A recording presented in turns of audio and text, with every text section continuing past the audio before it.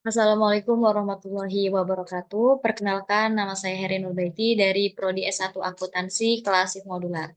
Di sini saya akan mempresentasikan beberapa jawaban dari pertanyaan yang diambil dari buku Auditing dan Jasa Assurance, yaitu sebagai tugas penunjang formatif dalam mata kuliah Pengauditan 1.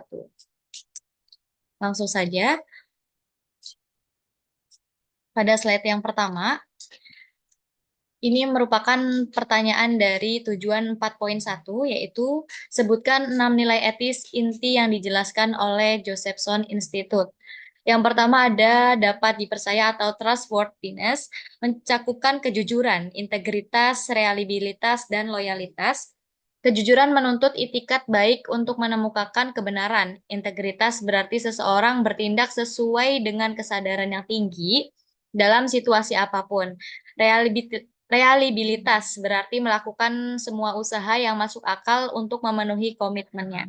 Loyalitas adalah tanggung jawab untuk mengutamakan dan melindungi berbagai kepentingan masyarakat dan organisasi tertentu. Selanjutnya yang kedua, penghargaan atau respect. Mencakup gagasan seperti kepantasan atau civility, kesopan santunan atau courtesy, kehormatan, toleransi, dan juga penerimaan. Yang ketiga ada pertanggungjawaban atau responsibility. Bertanggung jawab atas tindakan seseorang serta dapat menahan diri atau juga berarti berusaha sebaik mungkin dan memberikan teladan dengan contoh. Mencakup juga ketekunan serta upaya untuk terus melakukan perbaikan. Yang keempat ada kelayakan atau fairness. Keadilan mencakup isu-isu tentang kesamaan penilaian, sikap tidak memihak, proporsionalitas, maksud saya, keterbukaan dan keseksamaan, perlakuan dan layak berarti bahwa situasi yang serupa akan ditangani dengan cara yang konsisten. Selanjutnya yang kelima, perhatian atau caring. Berarti sungguh-sungguh memperhatikan kesejahteraan pihak lain dan mencakup tindakan yang memperhatikan kepentingan sesama serta memperlihatkan perbuatan baik. Yang keenam, kewarganegaraan atau citizenship, termasuk kepatuhan kepada undang-undang serta melaksanakan kewajiban sebagai warga negara agar proses dalam masyarakat berjalan dengan baik. Antara lain pemungutan suara, bertindak sebagai juri pengadilan di Amerika Serikat, dan melindungi sumber daya alam yang ada. Selanjutnya, pertanyaan masih dalam tujuan 4.1, sebutkan beberapa sumber nilai etis lainnya. Yang pertama, selain dari nilai etis yang menurut Jobson, ini ada lagi nilai etis di luar itu, yaitu yang pertama ada agama. Ajaran agama seringkali menjadi landasan kuat bagi nilai-nilai etika individu. Setiap agama memiliki prinsip moral yang memandu perilaku penganutnya. Yang kedua ada filsafat. Para filsuf telah mengembangkan berbagai teori etika selama berabad-abad. Teori-teori ini menawarkan kerangka kerja untuk memahami dan mengevaluasi tindakan manusia. Yang ketiga, pengalaman pribadi. Pengalaman pribadi atau pengalaman hidup, baik yang positif maupun negatif, dapat membentuk nilai-nilai etika seseorang. Pelajaran yang diperoleh dari pengalaman ini dapat membentuk pandangan tentang apa yang benar dan juga salah. Yang keempat, hukum merupakan refleksi dari nilai-nilai etika yang dianut oleh suatu masyarakat. Hukum memberikan batasan-batasan terhadap perilaku manusia yang melindungi hak-hak individu. Lalu yang kelima, keluarga dan masyarakat. Keluarga dan lingkungan sosial adalah sumber nilai-nilai etika yang paling awal dan paling kuat. Nilai-nilai yang diajarkan oleh orang tua, guru, dan teman sebaya akan membentuk karakter seseorang. Selanjutnya yang ketujuh, pendidikan formal dan non-formal berperan penting dalam mengembangkan pemahaman tentang etika. Yang kedelapan, profesionalitas. Setiap profesi memiliki kode etik yang mengatur perilaku anggotanya. Kode etik ini memberikan pedoman tentang bagaimana bertindak secara etis dalam konteks pekerjaan. Referensi ini saya dapatkan dalam buku Auditing dan Jasa Assurance, Pendekatan Terintegrasi edisi ke-15 jilid 1, penerbit Erlangga. Lalu selanjutnya kita masuk ke dalam pertanyaan tujuan 4.2, yaitu uraikan sebuah dilema etis, bagaimana seseorang menyelesaikan suatu dilema etis. Di sini kamu bisa bayangkan, kamu sedang menemukan dompet di jalan dan di dalamnya ada uang yang cukup banyak dan beberapa kartu identitas. Kamu dihadapkan dengan dua pilihan. Pilihan yang pertama, kamu bisa mengembalikan dompet itu kepada pemiliknya, lalu kamu mencari informasi kontak dari identitas dan mengembalikannya, atau pilihan kedua yaitu kamu bisa mengambil uangnya dan membuang dompetnya. Uang itu bisa kamu gunakan untuk membeli pakaian, skincare, atau apapun yang kamu inginkan. Lalu, ini adalah sebuah dilema etis, keduanya adalah pilihan yang sulit. Kenapa begitu?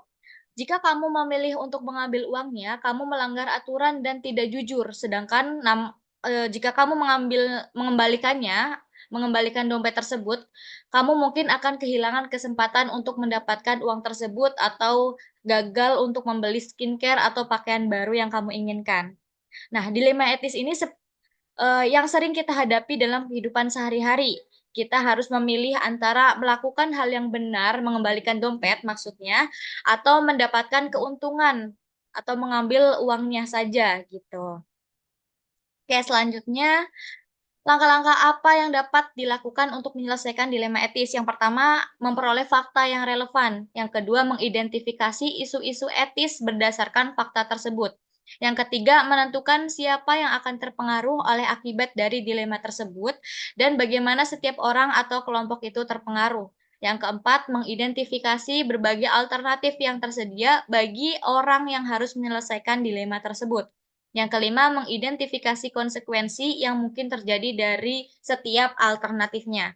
Yang keenam, memutuskan tindakan yang tepat. Nah, referensi ini saya dapatkan dari buku Auditing dan Jasa Assurance, Pendekatan Terintegrasi edisi ke-15 jilid 1 penerbit Erlangga.